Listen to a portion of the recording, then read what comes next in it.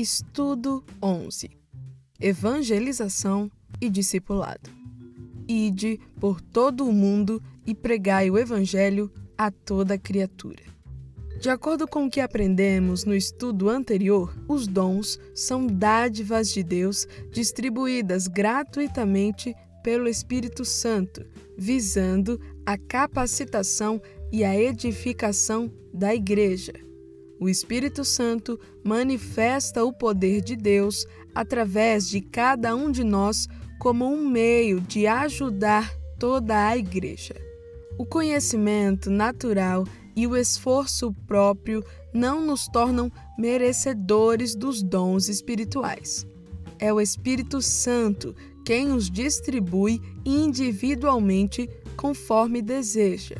É este mesmo Espírito Santo, que é Deus, quem nos dá poder para exercitarmos as duas tarefas, temas deste estudo, a evangelização e o discipulado.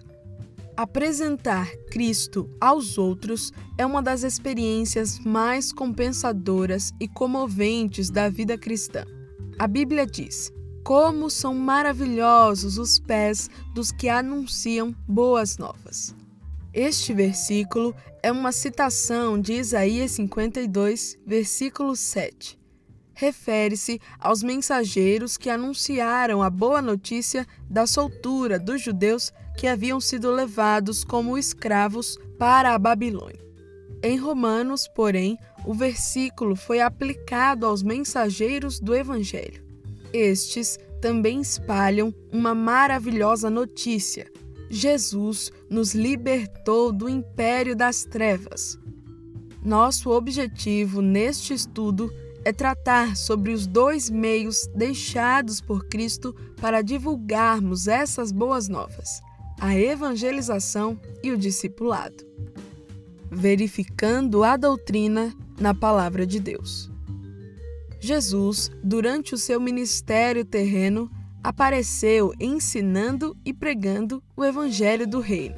A igreja primitiva também não cessava de ensinar e de pregar.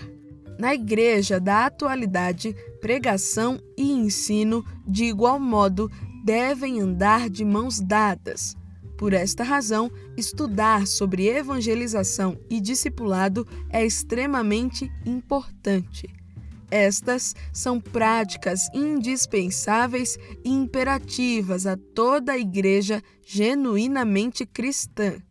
O que lhe vem à mente quando você ouve as palavras evangelização e discipulado?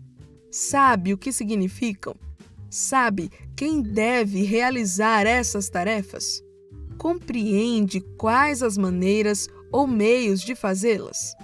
São estas e outras perguntas que procuraremos responder no decorrer deste estudo. O ensino bíblico sobre a evangelização. Nesta primeira parte do nosso estudo, destacaremos 3 relevantes e vitais ensinos sobre a evangelização: seu conceito, seu chamado e sua prática. Comecemos com o conceito. O verbo evangelizar, do grego eugelizô e eugelizomai, significa trazer ou anunciar as boas novas, proclamar, pregar. Desta forma, podemos afirmar, de maneira bem simples, que evangelizar significa pregar o Evangelho ou as boas novas. A boa nova é Jesus. Ele é o coração do Evangelho. Por essa razão, a essência do evangelismo é pregar Cristo, a fim de que os não salvos possam tomar uma decisão consciente de aceitação à sua pessoa como Senhor e Salvador. Esta pregação não é manipulação, coerção, nem uma imposição de crenças. Deve conter o que Jesus fez por nós ao morrer na cruz, bem como o que ele requer de nós hoje. Se alguém quer vir após mim, a si mesmo se negue, tome a sua cruz e siga-me. O anúncio da obra de Cristo e da necessidade imperiosa de arrependimento é vital na pregação do Evangelho. os não salvos precisam ter consciência dos seus pecados, arrepender-se, reconhecer Cristo como Salvador e servi-lo como Senhor, na comunhão da igreja e no labor do dia a dia. Esse é o alvo da evangelização. Lembramos, no entanto, que a evangelização não pode ser definida em termos do resultado produzido, mas da mensagem anunciada. Não é somente a proclamação que surte efeito que deve ser considerada evangelização. A resistência ao evangelho não é sinal do nosso fracasso evangelístico, assim como a aceitação do evangelho não é sinal da nossa eficiência evangelística. A Bíblia diz que é Deus quem dá o crescimento. Se pregarmos a palavra fielmente e não houver conversões, não significa que não evangelizamos. Lembramos também que não podemos confundir ação social com evangelização. A ação social é uma manifestação do evangelho que está sendo proclamado e uma parceira na evangelização. Agora, pensemos um pouco sobre o chamado à evangelização. Quem deve evangelizar? Jesus, depois de ressuscitado, disse aos seus discípulos: "Ide por todo o mundo e pregai o evangelho a toda criatura." A ordem aqui é pregar a toda criatura e em todo o mundo. Nesse mesmo sentido, antes de subir aos céus, Jesus disse: "Sereis minhas testemunhas, tanto em Jerusalém como em toda a Judéia e Samaria e até os confins da terra." Para quem ele disse essas palavras? Nos dois casos, para os seus 11 primeiros discípulos. Todavia, a proclamação do Evangelho nunca foi uma responsabilidade que coube somente aos primeiros discípulos de Cristo. Essas conclamações aos primeiros discípulos constituem um dever para todos os seguidores de Cristo. É uma comissão a todo cristão individualmente. A evangelização é tão importante que as palavras usadas para pregação no Novo Testamento se repetem mais de 115 vezes. A igreja precisa ser uma proclamadora incansável das boas novas. Paulo estava ciente dessa comissão quando disse: "Se anuncio o evangelho, não tenho de que me gloriar, pois sobre mim pesa esta obrigação, porque ai de mim se não pregar o evangelho." A evangelização era um dos pontos fortes da igreja primitiva. Por isso, todos os dias acrescentava o Senhor à igreja aqueles que iam sendo salvos. Observe a expressão todos os dias. Algumas Bíblias trazem diariamente e outras dia a dia. Essa expressão mostra que a evangelização na igreja primitiva não era ocasional, mas contínua. Diariamente, com intrepidez, anunciavam a palavra de Deus. Não cessavam de ensinar e de pregar Jesus, o Cristo. É importante ressaltar que a Bíblia não manda a igreja converter o mundo. Embora esse seja o objetivo da evangelização, não é tarefa da igreja fazer isso, pois o fruto da proclamação vem de Deus. É Ele quem acrescenta à igreja os que hão de ser salvos. Já sabemos o que é evangelização e quem deve evangelizar. Analisemos, então, alguns conceitos básicos sobre a prática da evangelização. Quais são os meios que podemos usar para evangelizar? Cremos que existem pelo menos 4. Em primeiro lugar, podemos evangelizar pela intercessão. Podemos e devemos orar por aqueles que ainda não receberam a Cristo.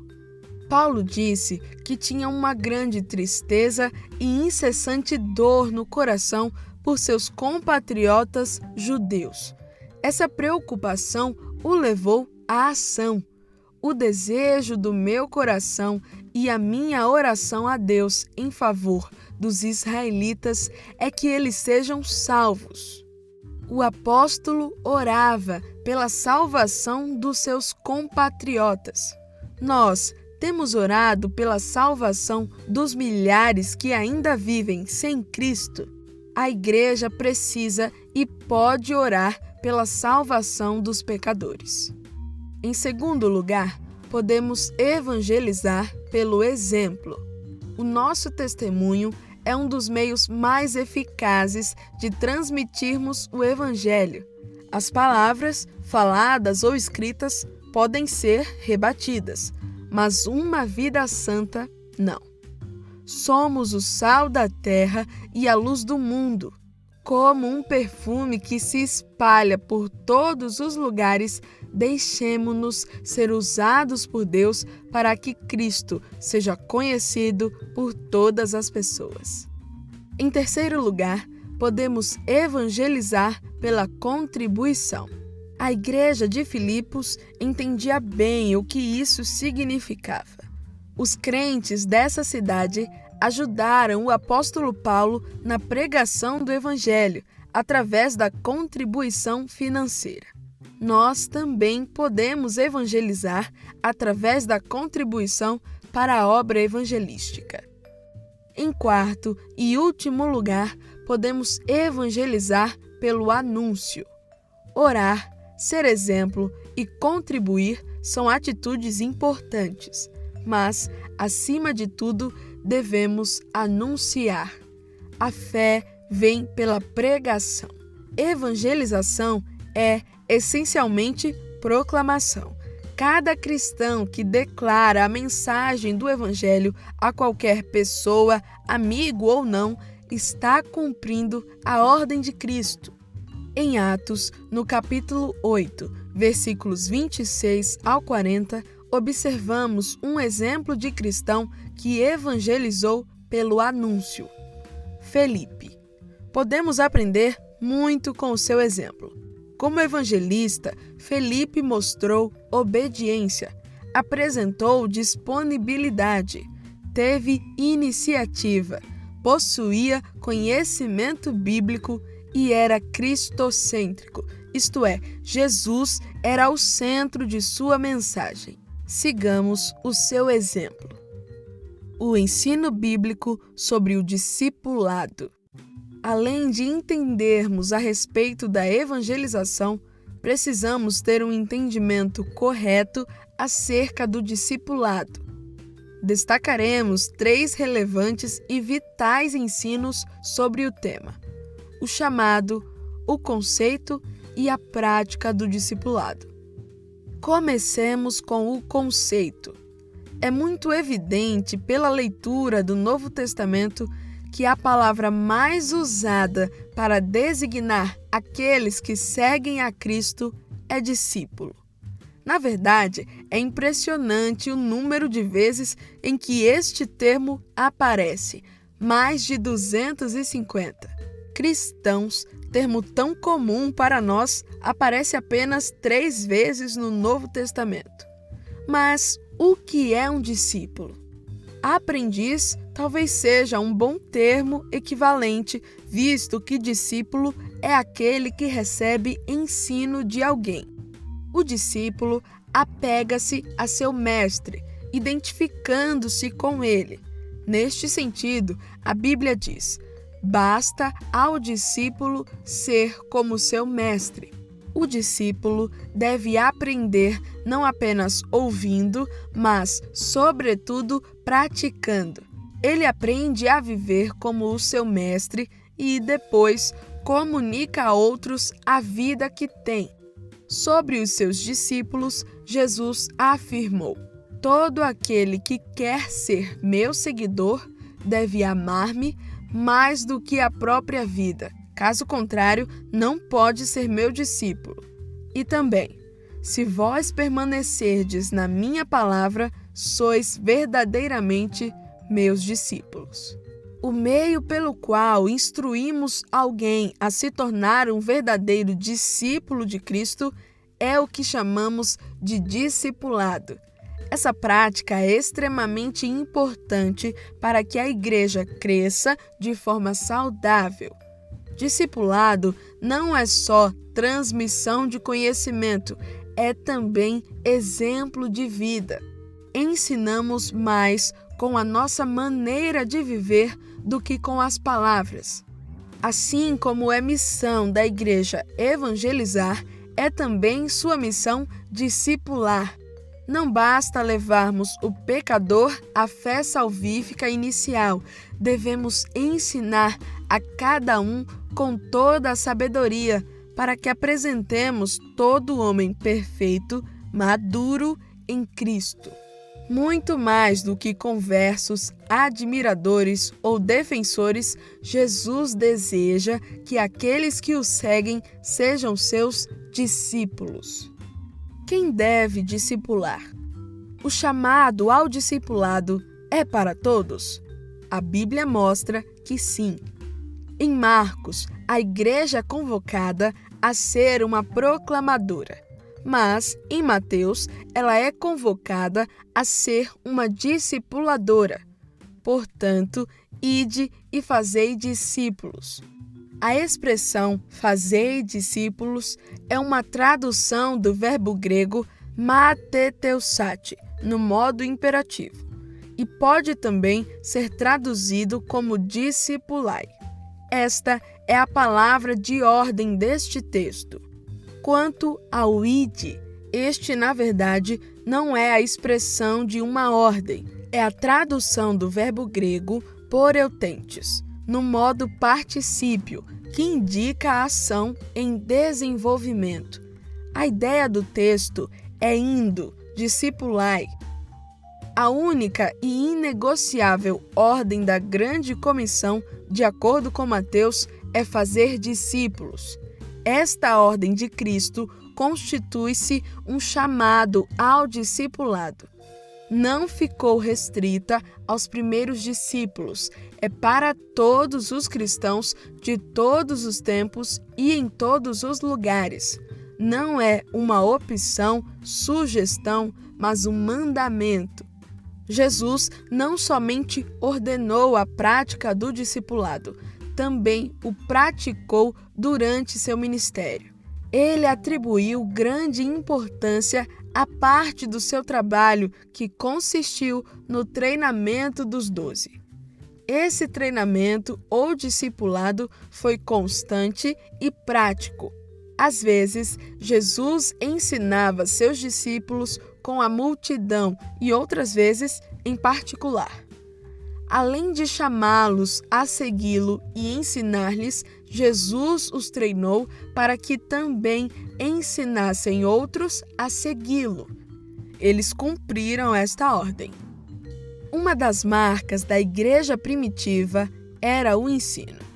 Eles se dedicavam ao ensino dos apóstolos, não cessavam de ensinar Jesus, o Cristo.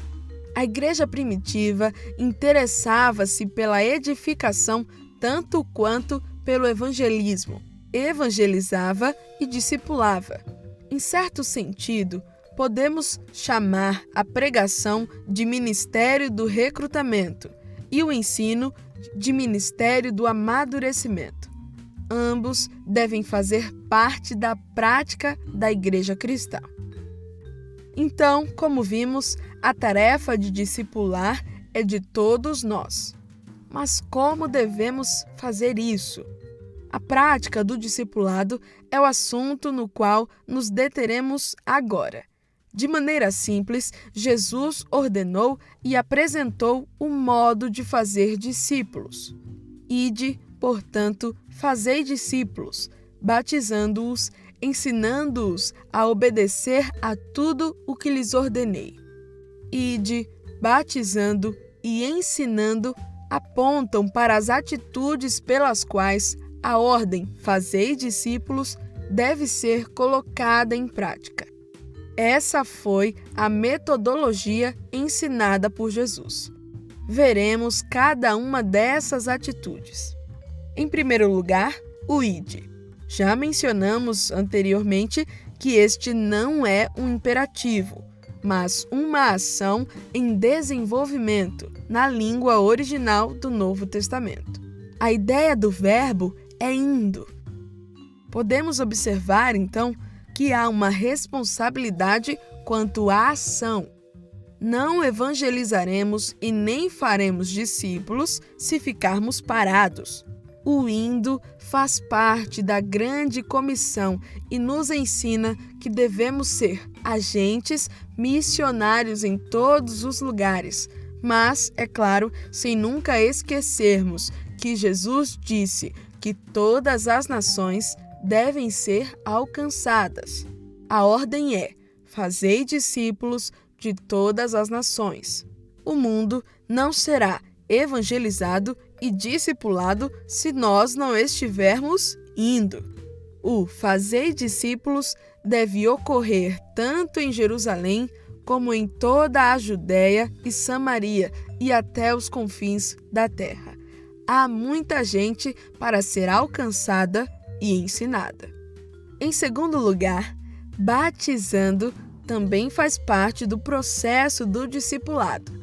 Diz respeito à integração do discípulo na igreja, visto que o batismo simboliza a identificação com o povo de Deus. É um ato externo, uma declaração pública de fé. Representa a união do crente com Cristo em sua morte e em sua ressurreição para uma nova vida. Todo discípulo deve ser batizado. Em terceiro e último lugar, o ensinando também faz parte do processo do discipulado.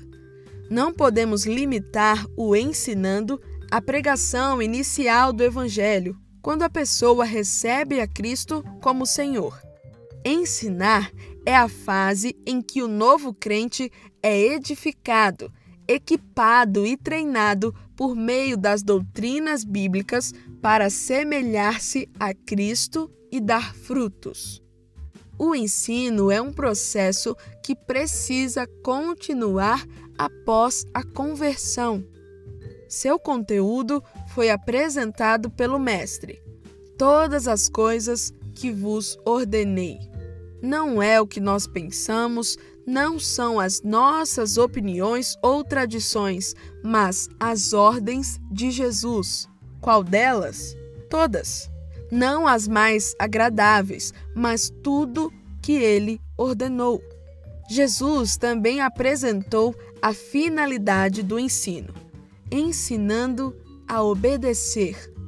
Obedecer aqui traz o sentido de atender cuidadosamente.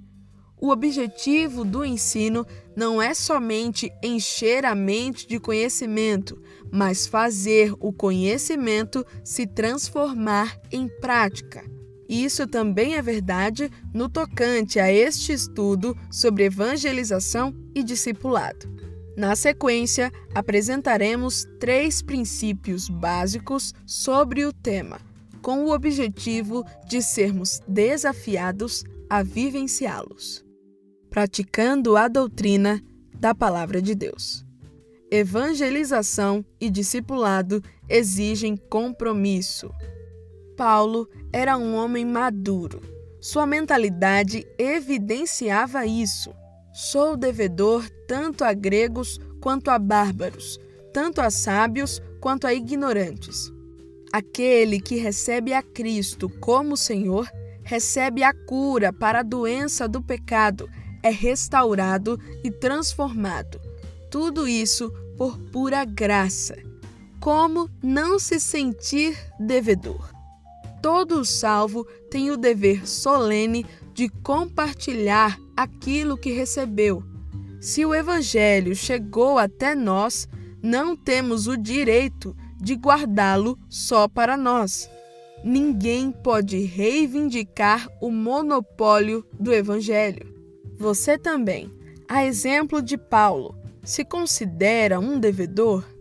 tem esse compromisso e está ansioso para pagar a sua dívida, repartindo a boa nova com os outros através da evangelização e do discipulado. Tornar o Evangelho conhecido às outras pessoas é nosso compromisso. Evangelização e discipulado exigem prontidão. Diante de sua dívida, comentada na aplicação anterior, observe o que Paulo diz no versículo seguinte: de modo que, no que depender de mim, estou pronto a anunciar o Evangelho. A ideia da expressão estou pronto é de prontidão voluntária. Paulo é devedor e voluntariamente está disposto a pagar a sua dívida. No livro de Atos, podemos ver esse claro senso de prontidão do apóstolo em prática. Paulo tanto evangelizava quanto discipulava. Estava preocupado tanto com a conversão quanto com a confirmação dos convertidos na fé. Ele sempre teve os lábios prontos para falar do Evangelho. E quanto a nós, qual foi a última vez em que tivemos coragem de falar de Cristo a alguém? Há prontidão de nossa parte no tocante à prática do evangelismo e do discipulado? Evangelização e discipulado exigem convicção. Tanto quem evangeliza quanto quem discipula lida diretamente com o Evangelho. Enquanto um o proclama, o outro o ensina através do anúncio ou do testemunho pessoal. Por essa razão, ambos, evangelista e discipulador, precisam ter convicção a respeito do Evangelho. O apóstolo Paulo o tinha. No versículo 16 de Romanos capítulo 1, ele afirmou: não me envergonho do Evangelho, porque é o poder de Deus para a salvação de todo aquele que crê. A Bíblia Viva traduziu assim esse versículo: não estou envergonhado desta boa nova a respeito de Cristo.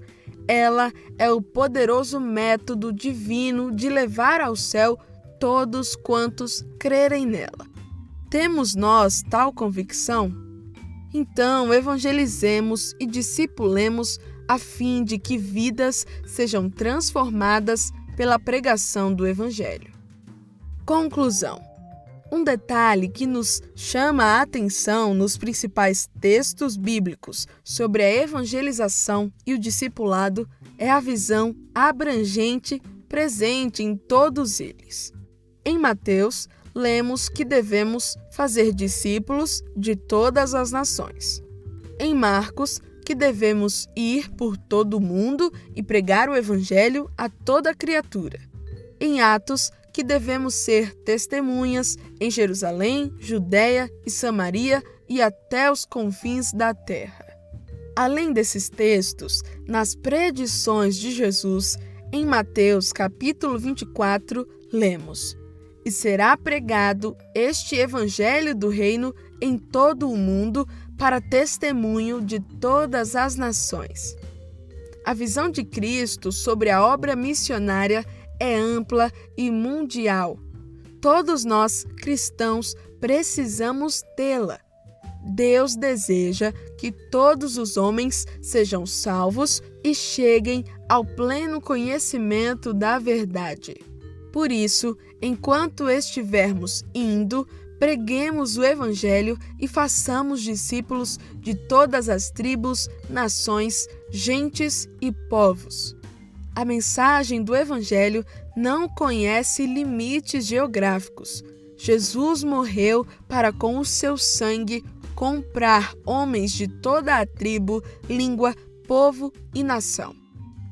No próximo estudo, continuando a nossa jornada de meditações sobre as doutrinas cristãs, iremos tratar de outro assunto igualmente importante: as ordenanças instituídas por Cristo à sua Igreja. Estude-o também. Debatendo a doutrina da Palavra de Deus. Leia Mateus 4, versículo 23 e Atos 5, versículo 42. Esses dois textos tratam sobre duas práticas de Jesus e da igreja primitiva. Quais? Sobre a primeira delas, responda: o que é evangelizar? Leia Marcos 8, versículo 34 e 1 Coríntios 3, versículo 6. O que deve conter a pregação do Evangelho? Podemos definir evangelização em termos de resultado produzido? Justifique sua resposta à luz de 1 Coríntios 3, versículo 6. Leia Marcos 16, versículo 15 e 1 Coríntios 9, versículo 16. Qual a ordem que temos nos textos apresentados? Quem deve evangelizar? Leia Romanos 9, versículo 2, 10, versículo 1 e Mateus 5, versículo 13 ao 16. Paulo orava pela salvação das pessoas. Podemos fazer isso também? Fale sobre a evangelização pela intercessão. O testemunho conta na transmissão do Evangelho? O que significa ser sal da terra e luz do mundo? Fale sobre a evangelização pelo exemplo. Leia Romanos 10, versículo 17 e Filipenses 4, versículo 15 ao 16. Contribuir financeiramente pela obra evangelística é uma prática importante. O que aprendemos com a igreja de Filipos? Fale sobre a evangelização pela contribuição. Interceder, ser exemplo e contribuir são importantes, mas acima de tudo, na prática da evangelização deve haver anúncio. Por quê? Leia Mateus 10, versículo 25, Lucas 14, versículo 26 e João 8, versículo 31. Qual a palavra mais usada no Novo Testamento para designar aqueles que seguem a Cristo? O que é um discípulo? O que é discipulado? Por que essa prática é vital para a igreja? Leia Mateus 28, versículo 19 ao 20. De acordo com esse texto, quem deve discipular? Só os primeiros discípulos? Segundo Jesus, qual a maneira de se fazer discípulos?